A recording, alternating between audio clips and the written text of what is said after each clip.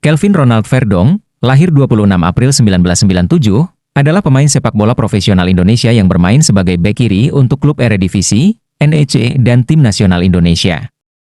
Membela timnas Indonesia dalam 2 pertandingan putaran ketiga kualifikasi Piala Dunia 2026 zona Asia bulan ini, fullback kelahiran Dordrecht itu selalu tampil penuh saat Indonesia menjamu Jepang, 15 November 2024, dan Arab Saudi, 19 November 2024, di Stadion Utama Gelora Bung Karno, SUGBK. Hasilnya, skuad Garuda Keok 04 melawan Jepang, tetapi kemudian menang 2-0 atas Arab Saudi. Selesai menyelesaikan tugas negara, Verdonk tak bisa bersantai-santai. Indonesian team, they deserve to win this game this evening. They start the game with a good intensity. We start the game like a friendly game. So we were punished this evening.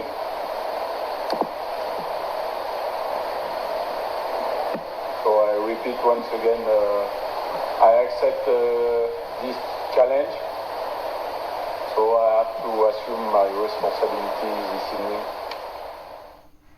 Ya, saudara, itu tadi adalah pernyataan yang disampaikan oleh pelatih Timnas Arab Saudi Hervé Renard yang sudah direkam sebelumnya oleh tim peliputan jurnalis Kompas TV yang langsung ada dari area Gelora Bung Karno, Jakarta. Masih bersama kami, pengamat sepak bola Indonesia, ada Bung Wesley Hutagalung. Bung, membangun serangan ketika mereka bermain seri kemarin menghadapi Jepang itu menjadi modal. Saya pikir tim Sintayong, tim pelatih itu harus sudah mewaspadai amarah dalam tanda kutip Australia karena mereka menangan, tapi kita bisa tunjukkan bahwa intensitas serangan kita yang tinggi juga akan sangat menyulitkan lawan. Jadi kalau kita bertahan di Australia akan repot. Mending menurut saya memang harus diolah lagi bagaimana titik lemah Australia dan seperti apa kekuatan kita di bulan Maret, karena perbedaan itu pasti ada, tambahan pemain naturalisasi juga ada.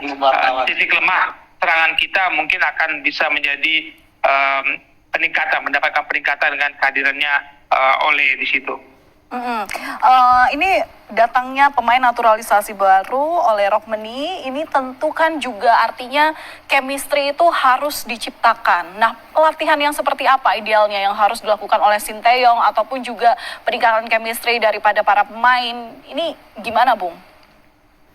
Ini yang harus kita sikapi ya, Mbak Valentina, bahwa tidak mudah menggelar pertandingan internasional ketika kompetisi masih berjalan. Bulan Maret kan kompetisi di Eropa berjalan, di kita juga berjalan. Dengan kesempatan Ole untuk datang bermain, bisa saja dia dari Belanda langsung ke Australia.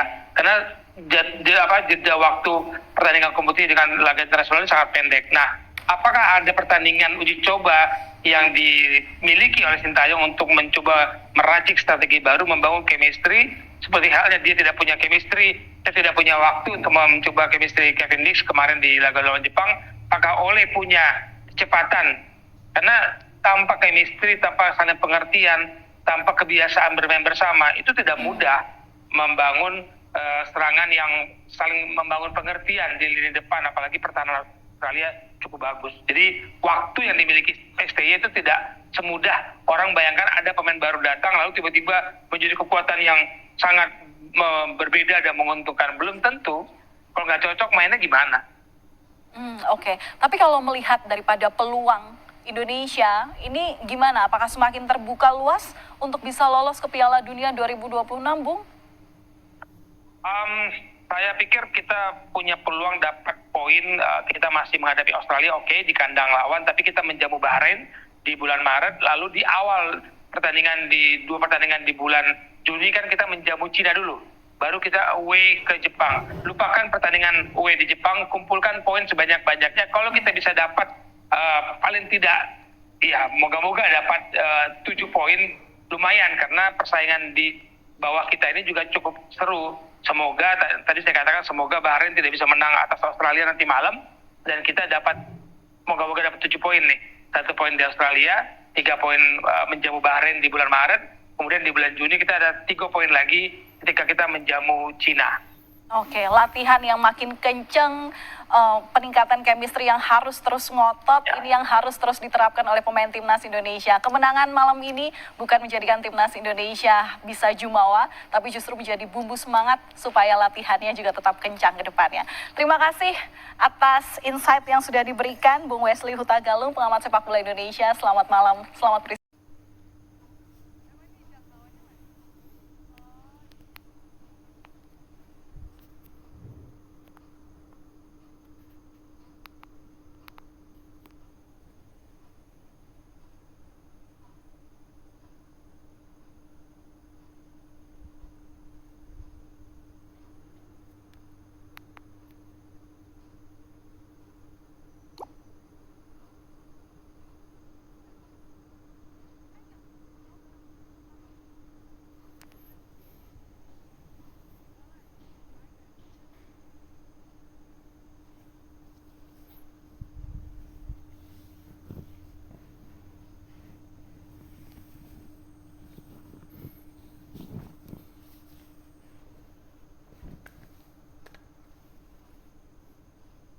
peringkat ketiga atau keempat dan kemudian lolos ke putaran keempat.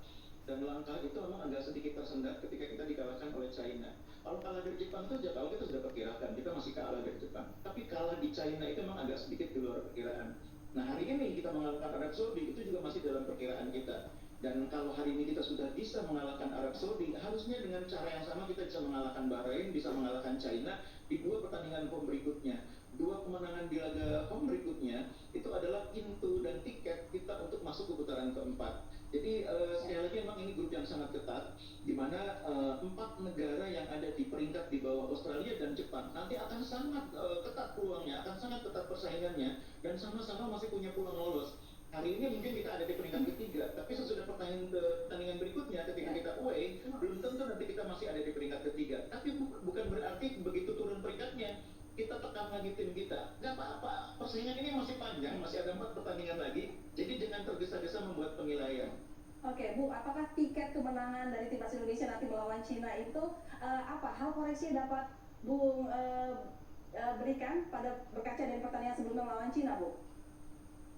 Apa yang Iya, menjadi waktu catatan? melawan China itu kan situasinya berbeda dengan 3 pertandingan awal ya. Jadi kita 3 pertandingan awal tuh di pertandingan